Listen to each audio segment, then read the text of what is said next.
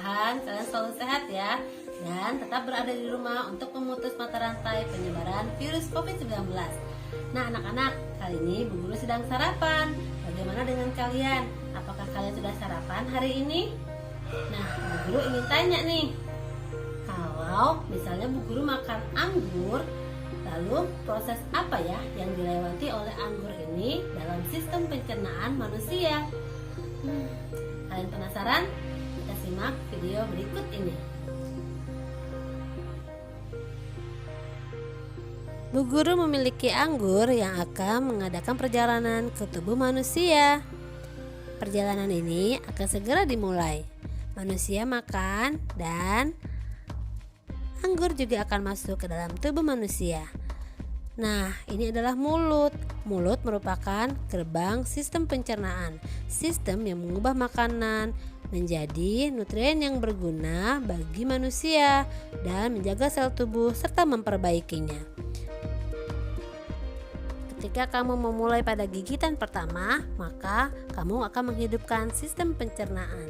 Makanan yang kamu kunyah dipecah menjadi beberapa bagian agar mudah dalam proses penghancurannya. Ludah yang bercampur dengan makanan membantu proses penghancurannya. Dengan begitu, perutmu tidak harus memproses bongkahan makanan. Ayo turun. Kita melewati tenggorokan atau yang disebut juga dengan faring. Di sini terdapat dua percabangan. Jalan mana yang akan kita tempuh? Coba yang ini. Wah, kenapa bergetar-getar? Ternyata ini merupakan saluran pernapasan. Makanan yang masuk ke saluran pernapasan menyebabkan seseorang menjadi tersedak. Saluran yang kita lewati tadi bernama paru-paru atau saluran pernapasan. Selanjutnya, kita akan melanjutkan perjalanan pencernaan kita. Ini adalah saluran sempit yang bernama esofagus. Saluran ini membuat makanan terjepit. Lalu bagaimana caranya makanan bisa lewat ya? Pada otot-otot dari saluran esofagus ini, bagian belakangnya meremas, sedangkan pada bagian depannya melemas. Gerakan ini disebut juga dengan peristalsis, yang menyebabkan makanan dapat terdorong hingga melewati saluran ini. Sebentar lagi kita akan sampai di penghujung terowongan ini. Nah, kita sampai pada otot yang membuka dan menutup, yang membiarkan makanan masuk ke dalamnya dan mencegahnya keluar kembali ke esofagus. Akhirnya, anggur bisa sampai ke dalam kantong yang disebut dengan perut. Di dalam perut terdapat dinding-dinding yang sangat kuat. Tidak heran karena perut menampung, mencampur, dan menghancurkan makanan menjadi bubur. Oleh karena itu, perut harus cukup kuat.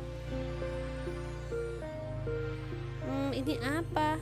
Au, sepertinya tidak baik, panas. Wah, sepertinya aku harus memakai pelindung. Tenang saja, Bu Guru sudah mempersiapkan pelindung untuk anggur agar anggur tidak hancur melalui proses pencernaan dan dapat melewati proses pencernaan dengan aman. Ayo kita lanjutkan perjalanan kita lagi. Dengan memakai balan pelindung, anggur tidak akan hancur. Selanjutnya kita akan memasuki usus kecil atau biasa disebut juga usus halus. Organ yang panjang dan berliku ini memiliki 3 bagian. Nah, panjang usus halus apabila direntangkan dapat mencapai hingga 6 meter panjangnya, yaitu setinggi jerapah.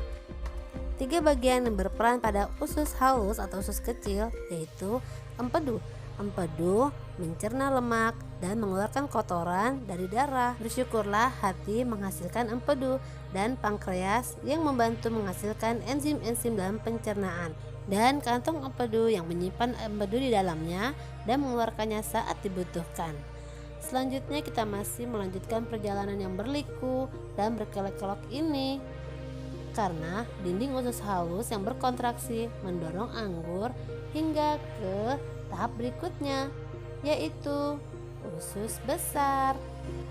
Usus besar merupakan dinding berotot yang panjangnya mencapai 1,5 hingga 2 meter.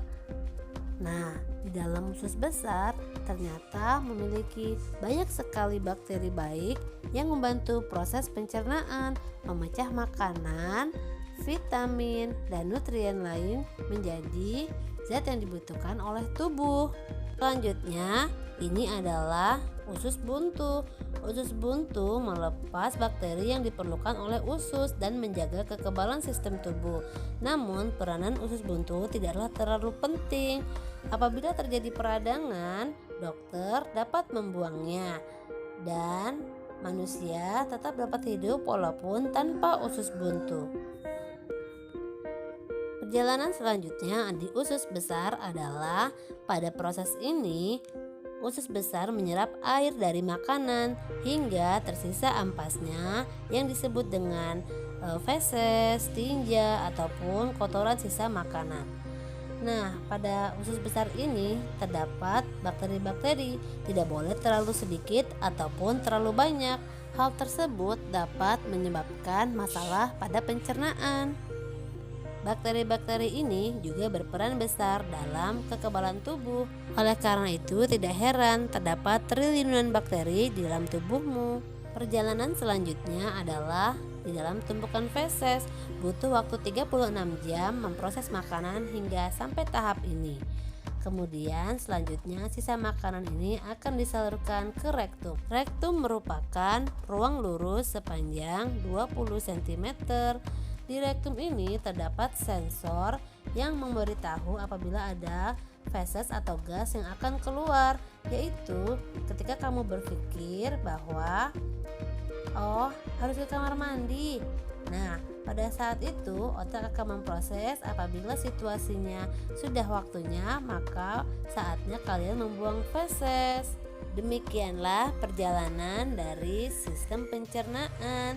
Terima kasih sudah menyaksikan. Nah, setelah menyaksikan video tadi, tentunya kalian sudah paham ya tentang alur dalam sistem pencernaan pada manusia. Kalian bisa mengerjakan tugas berikutnya untuk menambah pemahaman tentang sistem pencernaan pada manusia. Terima kasih atas perhatiannya. Wassalamualaikum warahmatullahi wabarakatuh.